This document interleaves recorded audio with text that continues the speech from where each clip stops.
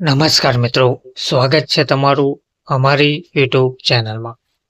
મિત્રો, ટેટ 1 પરીક્ષા પછી ટેટ 2 પરીક્ષા માટે પણ એક મહત્વના સમાચાર સામે આવી રહ્યા છે. પ્રાથમિક શિક્ષક બનવા માટે ટેટ 1 અને ટેટ 2 પરીક્ષા માટે જાહેરનામું બહાર પાડવામાં આવી રહ્યું છે. ટેટ 1 પરીક્ષા માટેનું જાહેરનામું બહાર પાડી દેવામાં આવ્યું છે. હવે ટેટ 2 નું જાહેરનામું પણ બહાર પડે તેવી શક્યતા જોવા મળી રહી છે. 29મી તારીખથી ઓનલાઈન ફોર્મ ભરવામાં આવશે. 14 નવેમ્બર સુધી ફી ભરી શકાશે. પ્રાથમિક શિક્ષક બનવા ટેટ 1 3 માધ્યમમાં 14 ડિસેમ્બરે પરીક્ષા લેવાશે તેવું જણાવવામાં આવ્યું છે. ટેટ 1 પછી ટેટ 2 નું પણ જાહેરનામું બહાર પડે તેવી શક્યતાઓ જોવા મળી રહી છે. વિગતવાર જોઈએ તો રાજ્યભરની પ્રાથમિક શાળાઓમાં ધોરણ 1 થી 5માં શિક્ષક બનવા માટેની ટેટ 1 પરીક્ષા 14 ડિસેમ્બરે યોજાશે.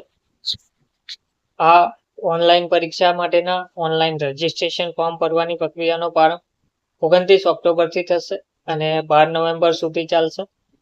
નેટ બેન્કિંગ મારફતે ફોર્મ ફી સ્વીકારવાનો સમયગાળો 29 ઓક્ટોબરથી 14 નવેમ્બર સુધીનો છે અને રાજ્ય પરીક્ષા બોર્ડે બહાર પાડેલા નોટિફિકેશન મુજબ ટેટ 1 પછી ટેટ 2 નું જાહેરનામું બહાર પડે તેવું માનવામાં આવી રહ્યું છે.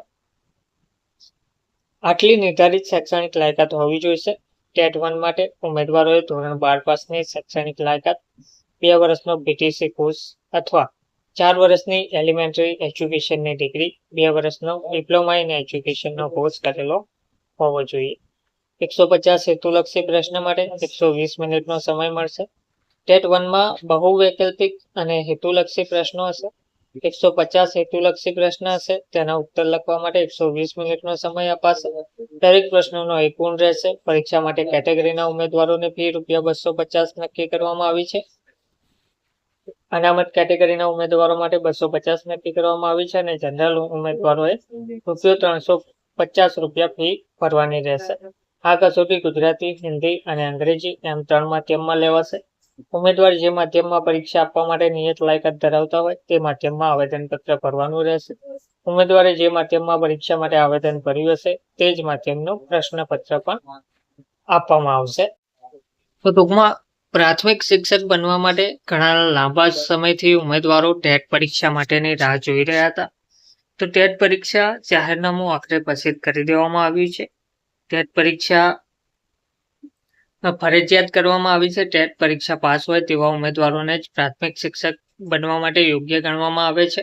હવે ટેટ 1 નું જાહેરનામું તો પ્રસિદ્ધ કરી દેવામાં આવ્યું છે. 29મી તારીખથી ઓનલાઈન ફોર્મ પણ ભરાવાના શરૂ થશે અને ટૂંક સમયમાં ટેટ 2 પરીક્ષા માટેનું પણ જાહેરનામું જાહેર થાય તેવી શક્યતાઓ રાખવામાં આવી રહી છે.